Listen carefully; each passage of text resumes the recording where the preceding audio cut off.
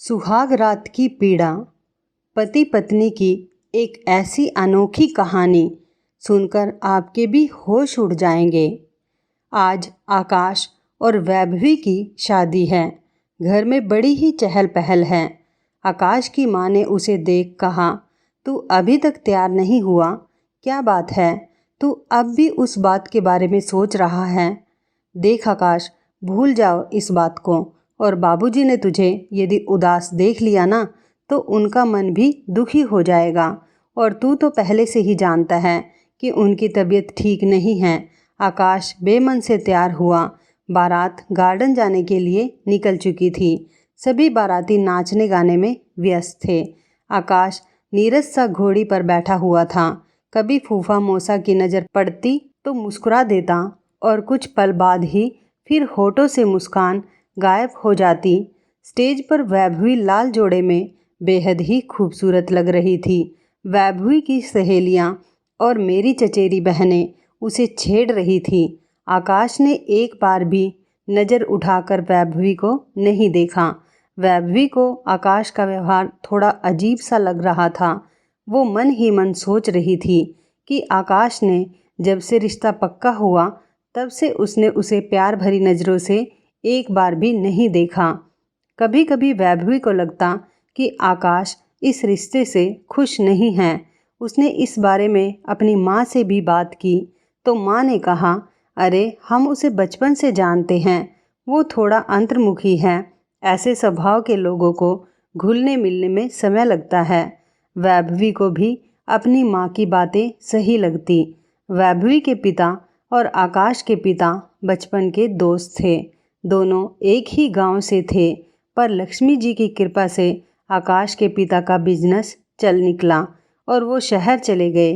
पर दोनों की दोस्ती कम नहीं हुई। गर्मियों की छुट्टियों में भी अधिकतर गांव आते। बचपन में आकाश भी उनके साथ आता था। वैभवी और वे दोनों एक साथ खेलते और लड़ते थे। फिर धीरे धीरे आकाश का अपने माता पिता के साथ आना कम हो गया, क्योंकि वो कॉलेज में फिर नौकरी में व्यस्त हो गया। पर गांव में उसकी सहेलियां उसे आकाश के नाम से चिढ़ाती। आकाश का नाम सुनते ही वैभवी के गाल शर्म से लाल हो जाते। समय बीतता गया। एक बार आकाश के माता पिता गांव आए और वैभवी के माता पिता से रिश्ते की बात कर गए। वैभवी के तो दिल के अरमान पूरे हो गए थे। उसी समय वैभवी ने न जाने कितने सपने बुन डाले थे। स्टेज पर वैभवी और आकाश साथ बैठे थे, पर आकाश वहां होकर भी वहां नहीं था।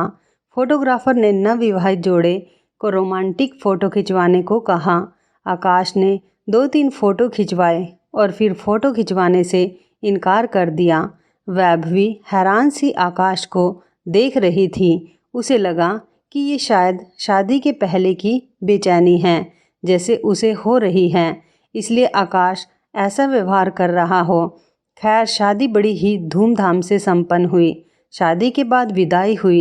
विदाई के समय वैभवी अपने माता पिता के सीने से लग बहुत रोई। अगले दिन सुबह वैभवी अपने ससुराल पहुंच गई। उसका बहुत ही अच्छे से स्वागत हुआ। सारी रस्मों में सारा दिन कब बीत गया पता ही न चला। सुहागरात के लिए आकाश के बड़े भाई ने उसके लिए समंदर के किनारे एक 5 स्टार होटल बुक किया था।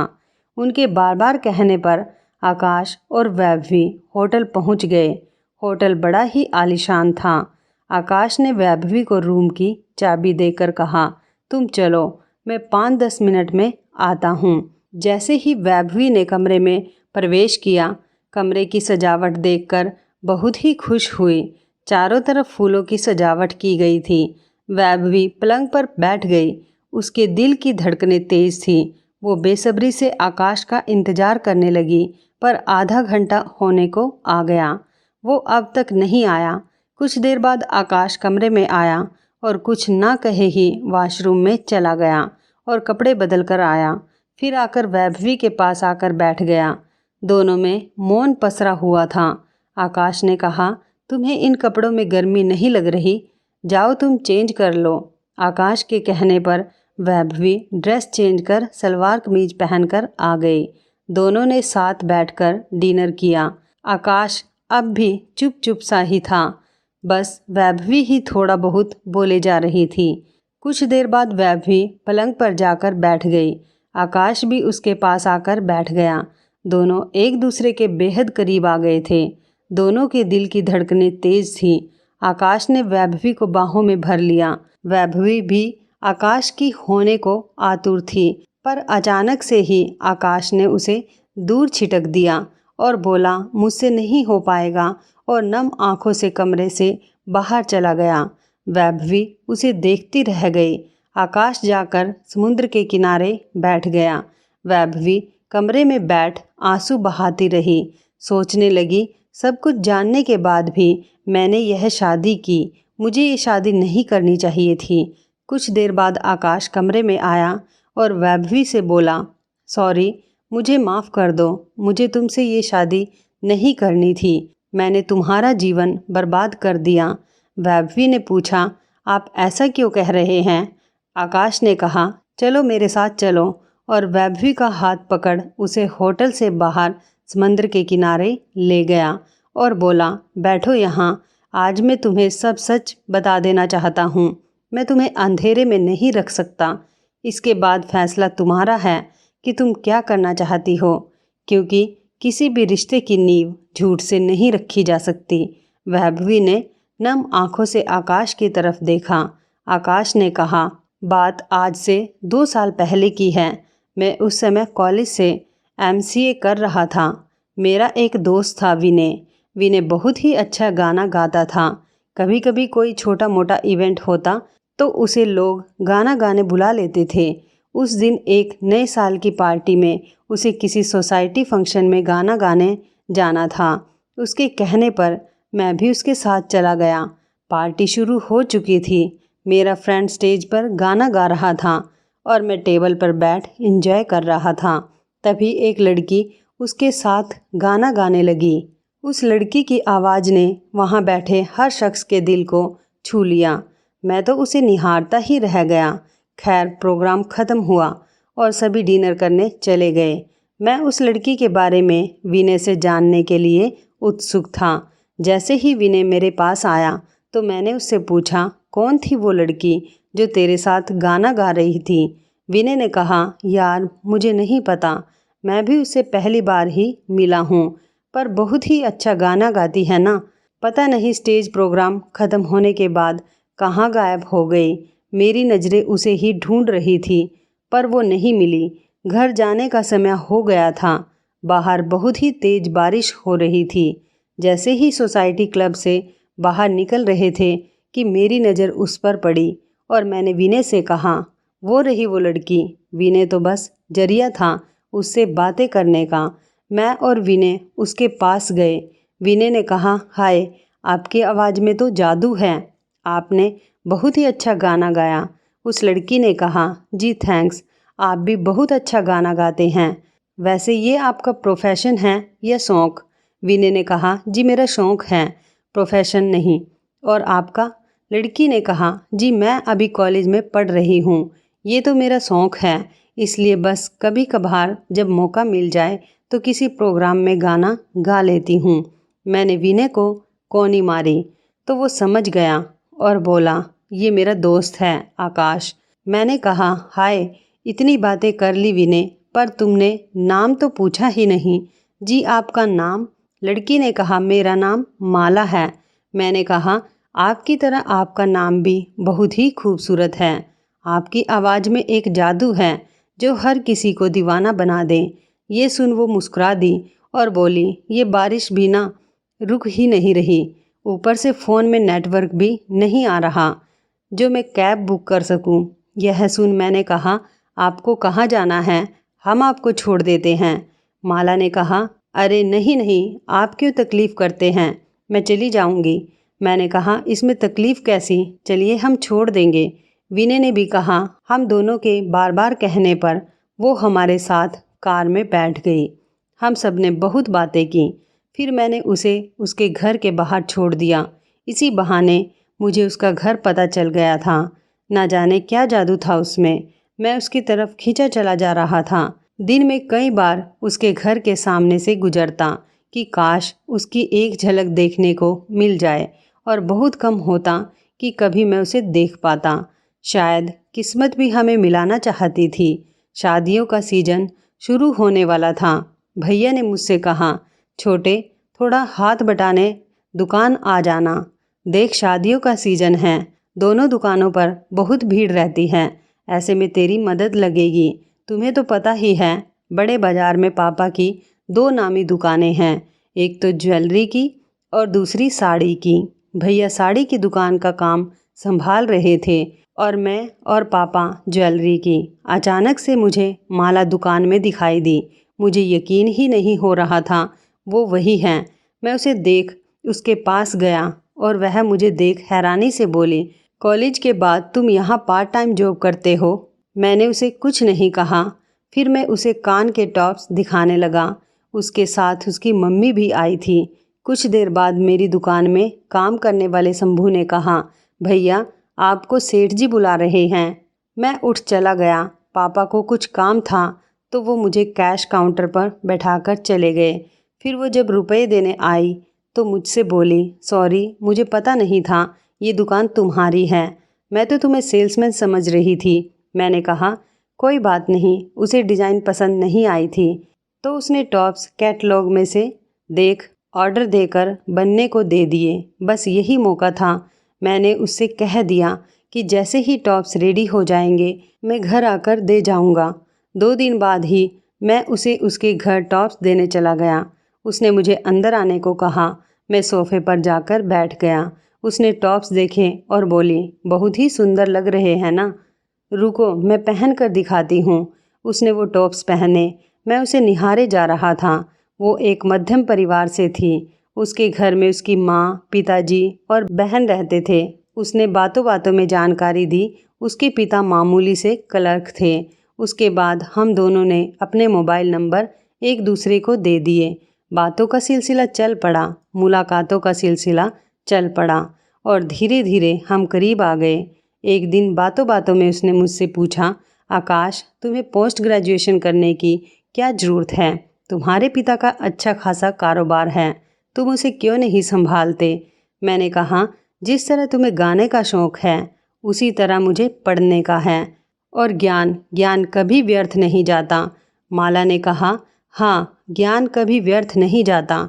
और तुम्हें नहीं लगता तुम ये सब कर अपना समय बर्बाद कर रहे हो? अरे तुम्हारे पिता के बिजनेस में तुम्हारा भी तो हिस्सा है और हक है। मैं चुप रहा, उसकी बातों का कोई जवाब नहीं दिया। पर मुझे माला की बात अच्छी नहीं लगी, पर मैंने ज़्यादा ध्यान भी नहीं दिया। समय बीतता गया और प्यार गहरा होता गया। एक दिन मैंने माला से कहा, माला, मैं तुम्हें सदा के लिए अपना बनाना चाहता हूँ, तुमसे शादी करना चाहता हूँ। माला ने कहा, तुम जैसा अमीर ख़ानदान का लड़का मेरा जीवन साथी बने, इससे बड़ी बात मेरे लिए क्या होगी। देखना, मेरे माँ पिताजी तो तुम्हारे पिताजी का नाम सुनते ही इस रिश्ते के लिए राजी हो जाएंगे। मैं बहुत खुश था कि माला और मैं सदा के लिए एक हो जाएंगे। बस इस बात का ही डर था, क्या पापा गैर बिरादरी की लड़की को अपनी बहू के रूप में स्वीकार करेंगे। पर मैंने सब कुछ समय पर छोड़ दिया। मेरा पोस्ट ग्रेजुएशन कंप्लीट हुआ। मैंने एक सॉफ्टवेयर कंपनी में नौकरी कर ली। मेरे नौकरी करने से पिताजी बहुत ही नाराज़ थे। इस बात को लेकर कई बार हम दोनों में बहस भी हो चुकी थी। एक बार हम गांव गए। मैं बहुत समय के बाद तुमसे मिला था। पिताजी ने तुमसे मुझे गांव घुमाने को कहा।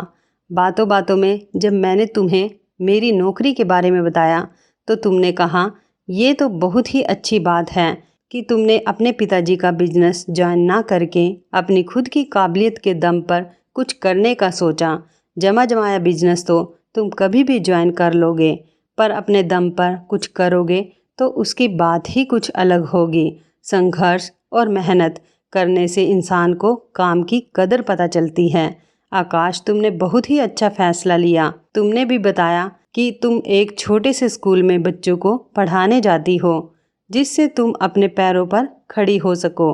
तुम्हारी बातें मेरे अंतर्मन को छू गई। वहाँ से आने के बाद माला ने मुझे बहुत समझाया कि तुम अपने पिता का बिजनेस ज्वाइन कर लो। उन्हें नाराज़ करना ठीक नहीं। माला मुझसे नाराज़ रहने लगी। उसके बार बार कहने पर मैंने भी सोचा पिताजी और माला को नाराज़ करना ठीक नहीं। मैंने नौकरी छोड़ पिताजी का बिजनेस ज्वाइन कर लिया, पर मन में कहीं ना कहीं तुम्हारी कही बातें सोचने लगता। गांव से आने के कुछ दिन बाद पिताजी ने मुझसे पूछा, तुम्हें वैभवी कैसी लगती है? मैंने कहा, अच्छी लड़की है, बहुत ही साफ और सुलझी हुई। पिताजी ने कहा, मैं जानता था तुम्हें वैभवी अच्छी लगेगी। मैंने उसके पिता से तुम्हारी शादी की बात कर ली है। मैं ये सुन परेशान और हैरान था। मैंने कहा, ऐसे कैसे आपने बात कर ली मुझसे बिना मर्जी जाने? माँ ने कहा, अरे इसमें क्या मर्जी जानना, परिवार देखा भाला है, वैभवी को भी बचपन से जानते हैं हम, तो फिर इसमें क्या पूछना। मैं आगे कुछ कहने की हिम्मत ना कर सका और उठकर कमरे से चला गया। कुछ देर बाद माँ मेरे कमरे में आई और बोली, क्या बात है, क्या तुझे वैभवी पसंद नहीं? मैंने हिम्मत करके धीरे से कहा, वैभवी भी बहुत अच्छी है, पर माँ मैं माला को प्यार करता हूँ। और माँ को मैंने माला के बारे में सब बता दिया। माँ ने कहा, ये सपना देखना छोड़ दे, ज़मीन आसमान कभी एक नहीं हो सकते, तेरे पिताजी कभी नहीं मानेंगे इस रिश्ते के लिए। मैंने कहा, माँ क्या पिताजी के लिए मैं अपना प्रेम त्याग दूँ? ये मुझसे नहीं होगा। तभी पिताजी की आवाज़ आई, देख आकाश, शादी ब्याह जीवन भर का रिश्ता होता है, और यदि इसमें ज़रा सी भी गलती हो जाती है ना तो जीवन भर पछताना पड़ता है। तेरे भाई ने भी प्रेम किया था नेहा नाम की लड़की से, फिर क्या हुआ? मेरे समझाने पर वो समझ गया और रूपा से शादी कर ली। देख आज वो कितना खुश है उसके साथ। मैंने कहा, पिताजी वो शादी उन्होंने आपके समझाने के कारण नहीं की थी, आपके डर के कारण की थी, और वे आपके आगे झुक गए थे, पर मैं ऐसा कुछ नहीं करूँगा।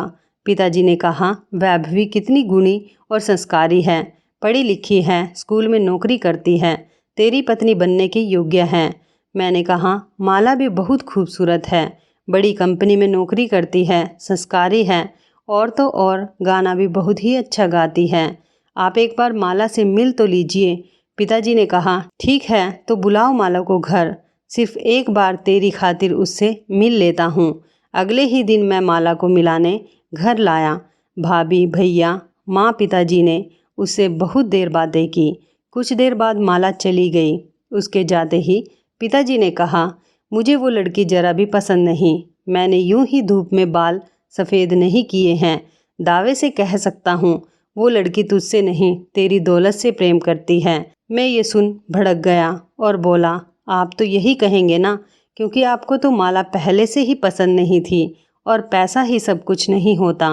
पिताजी, मन, आत्मा और प्रेम भी मायने रखता है, और मेरे प्राण सिर्फ और सिर्फ मेरी माला में ही बसे हैं। और आपको इतना ही अपने नाम और पैसों का घमंड है ना, तो आज अभी इसी समय मैं ये घर, नाम, पैसा सब त्याग करता हूँ। देख लेना मेरी माला को, इन सब बातों से कोई फ़र्क नहीं पड़ेगा। वो मुझे उतना ही प्रेम करेगी जितना वो आज करती है। मैंने गुस्से से सारे कपड़े बैग में भरे और निकल गया घर से। मुझे कुछ समझ नहीं आ रहा था कहाँ जाऊँ। मैंने विनय के पास जाने का सोचा। वो अकेला ही किराए के घर में रहता था। टैक्सी पकड़ उसके पास पहुँच गया। उसने भी सब जान यही कहा, तूने अच्छा नहीं किया आकाश, उस लड़की की खातिर अपने माता पिता जिन्होंने तुझे नाजों से पाला उनका दिल तोड़ दिया। तुम घर में रहकर भी उन्हें मनाने की कोशिश कर सकते थे। तुम्हारा घर छोड़ने का निर्णय सही नहीं है। मैंने कहा, बस यार, पहले ही दिमाग खराब है, अब तू और लेक्चर मत दे। पिताजी को ऐसे ही बात समझ आएगी जब मैं उनसे घर से सबसे दूर रहूँगा। विनय ने पूछा, अब तू क्या करेगा? मैंने कहा, कोई नहीं, फिर से नई नौकरी ढूंढूंगा। पिताजी मेरे नौकरी करने से कितना नाराज़ हुए थे। माला ने पिताजी की भावनाओं का कितना ख्याल रखा। उसने मुझे कितना समझाया कि पिताजी का दिल मत दुखाओ, नौकरी छोड़ बिजनेस ज्वाइन कर लो, और मैंने उसकी बात मानी। पिताजी को खुश करने के लिए नौकरी तक छोड़ दी, और पिताजी है कि माला को समझने को तैयार ही नहीं हैं। मैं फिर से नई नौकरी ढूंढ लूँगा। शाम को मैं माला से मिलने उसके ऑफिस पहुंच गया और हम गार्डन में बैठे बातें करने लगे। जब मैंने उसे अपने घर छोड़ने की बात बताई तो वो नाराज़ हो गई और बोली, तुम्हें इस तरह गुस्से में घर नहीं छोड़ना चाहिए था। तुम्हें उन्हें मनाने की कोशिश करनी थी। एक ना एक दिन वो ज़रूर मान जाते। मैंने कहा, वे नहीं मानते। भैया के समय भी नहीं माने थे और भैया को उनकी जिद के आगे झुकना ही पड़ा। और मैं किसी भी हाल में तुम्हें नहीं छोड़ना चाहता। मैं तुमसे ही शादी करूँगा। माला ने कहा, जब लोगों को पता चलेगा कि तुमने मेरे कारण अपने घर वालों को छोड़ दिया तो लोग मुझे ही बुरा समझेंगे कि मैंने एक परिवार को तोड़ दिया। मैंने कहा, मुझे फ़र्क नहीं पड़ता कि लोग क्या कहेंगे। मैं जानता हूँ तुम कितनी अच्छी हो। माला ने पूछा, अब आगे क्या करेंगे? मैंने कहा, फिर से नई नौकरी ढूंढ लूँगा। और क्या, देखना जल्द ही नई नौकरी मिल जाएगी और फिर हम शादी भी कर लेंगे।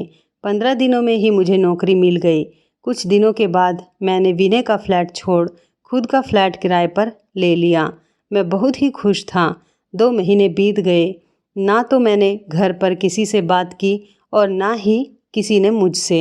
माला मुझे बार बार समझाती, घर जाने को कहती, उनसे बातें करने को कहती, पर मैं नहीं मानता। मैं अपनी जिद पर ही अड़ा हुआ था। एक दिन बड़े भैया का फ़ोन आया और उन्होंने बताया कि पिताजी को हार्ट अटैक आ गया है और वे आईसीयू में हैं। मैंने जैसे ही ये बात सुनी तो भागता हुआ अस्पताल पहुंच गया। वहाँ सब चिंतित बैठे हुए थे। माँ मुझे देख रोने लगी। कुछ देर बाद पिताजी को होश आया। जब मैं उनसे मिलने गया तो उन्होंने कहा, आकाश, तू घर लौट आ। तेरे बिना सब घर में बहुत उदास है। तेरी माँ तुझे याद कर बहुत ही रोती है। मैं तेरी शादी माला से करने को राजी हूँ। बस तू घर आ जा बेटा। मैंने कहा, पिताजी, मुझे माफ़ कर दीजिए। मुझे यूँ घर छोड़कर जाना नहीं चाहिए था। उन दिनों माला अपने ऑफिस के काम के सिलसिले में 15 दिनों के लिए बाहर गई हुई थी। मैंने माला को कुछ नहीं बताया और सोचा जब वो वापस आ जाएगी तो उसे ये खुशखबरी दूंगा। 15 दिन काटे नहीं कट रहे थे। माला बहुत ही व्यस्त हो गई थी। ना ज़्यादा बात करती, ना ही मैसेज का जवाब करती। माला 15 दिन बाद वापस लौट आई। मैंने सोचा उसे उसके ऑफिस जाकर सरप्राइज़ दूंगा।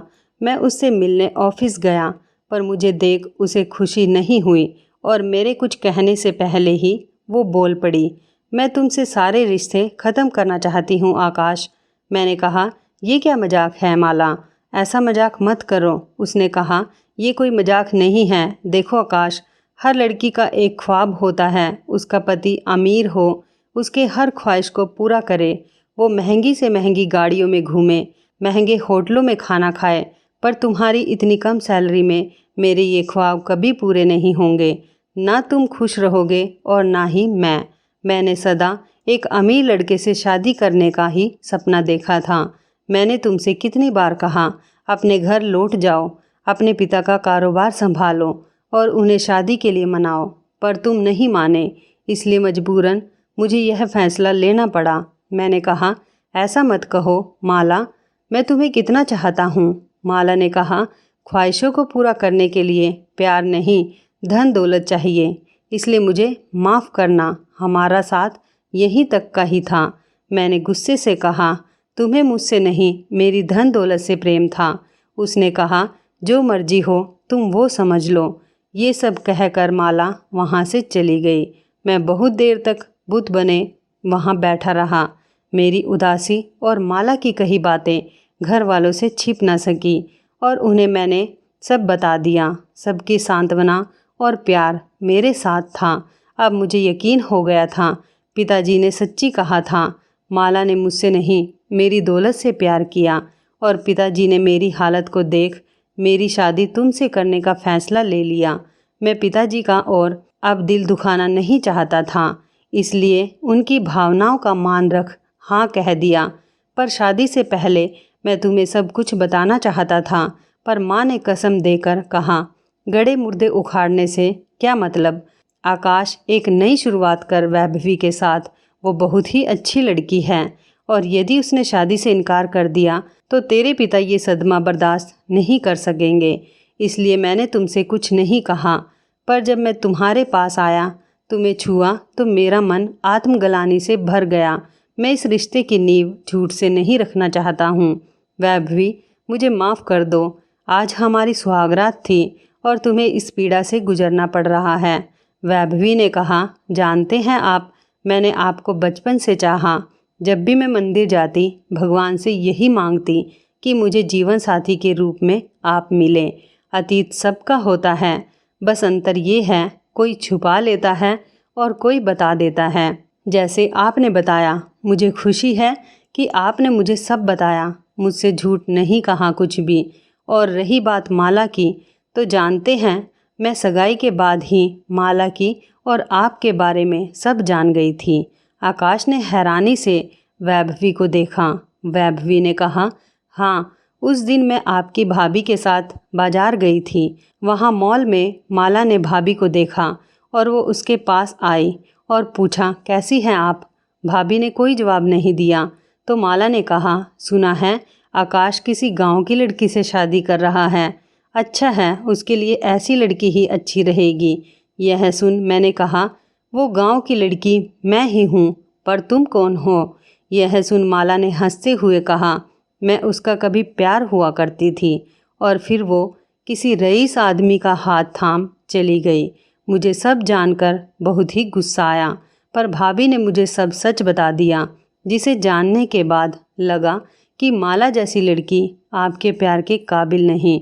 मुझे आपसे सहानुभूति होने लगी, पर मैं आपको बहुत चाहती थी, इसलिए मैंने किसी से कुछ नहीं कहा, अपने माँ बाबूजी से भी नहीं कहा। मैंने सोचा शादी के बाद प्यार तो हो ही जाएगा, पर शादी में आपके अजीब व्यवहार को देख मैं थोड़ा डर गई थी। पर आपकी बातें और आपके सच बताने से मेरा मन आपके लिए और प्यार से भर गया है। मैं चाहती हूँ हम नए रिश्ते की शुरुआत दोस्ती से करें। आकाश ने कहा, हाँ, मैं भी यही चाहता हूँ। और हाँ, आप नहीं, अब से तुम कहो। ये सुन वैभवी मुस्कुराती और दोनों बहुत देर तक बातें करते रहे। धीरे धीरे दोनों में दोस्ती हो गई और कुछ ही महीनों में दोनों अच्छे दोस्त बन गए और दोनों सदा के लिए एक हो गए। दोनों बहुत खुश थे। उधर माला ने अपने ऑफिस के बॉस को रिझा लिया था। बॉस बहुत ही पैसे वाला इंसान था। माला उसकी दूसरी पत्नी बनने को भी तैयार थी। बॉस ने माला से शादी भी कर ली, पर माला को अपनी उम्र से दुगने आदमी से शादी करने का दुख मन ही मन था, क्योंकि उससे ना तो शारीरिक सुख मिल पा रहा था और ना ही वो सभी सुख जो अपनी उम्र के पुरुष से शादी करने पर मिल पाते। माला का मन जब तब आकाश के लिए बिताए पलों को याद कर दुख जाता। आज पैसा था, सारे ऐशो आराम थे, पर आत्मिक शांति और सुख नहीं था। अब उसे अपनी गलती का एहसास था। सच्चे प्यार को ठुकराकर उसने सही नहीं किया। तो इस कहानी के बारे में आपकी क्या राय है? कमेंट करके ज़रूर बताइएगा। दोस्तों, आपको हमारी ये मज़ेदार कहानी कैसी लगी? आप हमें कमेंट बॉक्स में ज़रूर बताएं। यदि आपके पास भी ऐसी कोई प्यारी सी कहानी है या फिर ऐसी कोई कहानी जिससे कुछ शिक्षा मिले, तो आप हमारे साथ उसको ज़रूर शेयर करें। दोस्तों, यदि आपको हमारी ये वीडियो अच्छी लगे तो आप हमारी इस वीडियो को लाइक शेयर ज़रूर करें और ऐसी ही दिल को छू लेने वाली प्रेरणादायक कहानियाँ सुनने के लिए हमारे चैनल को भी सब्सक्राइब करें। यदि आप हमें फेसबुक पर देख रहे हैं तो आप हमारे फेसबुक पेज को लाइक और फॉलो ज़रूर करें। तो दोस्तों, फिर मिलते हैं ऐसी ही ज़बरदस्त कहानी या टिप्स के साथ नई वीडियो में। तब तक के लिए धन्यवाद। आप सभी अपना ख्याल रखना। आपका दिन शुभ व मंगलमय हो।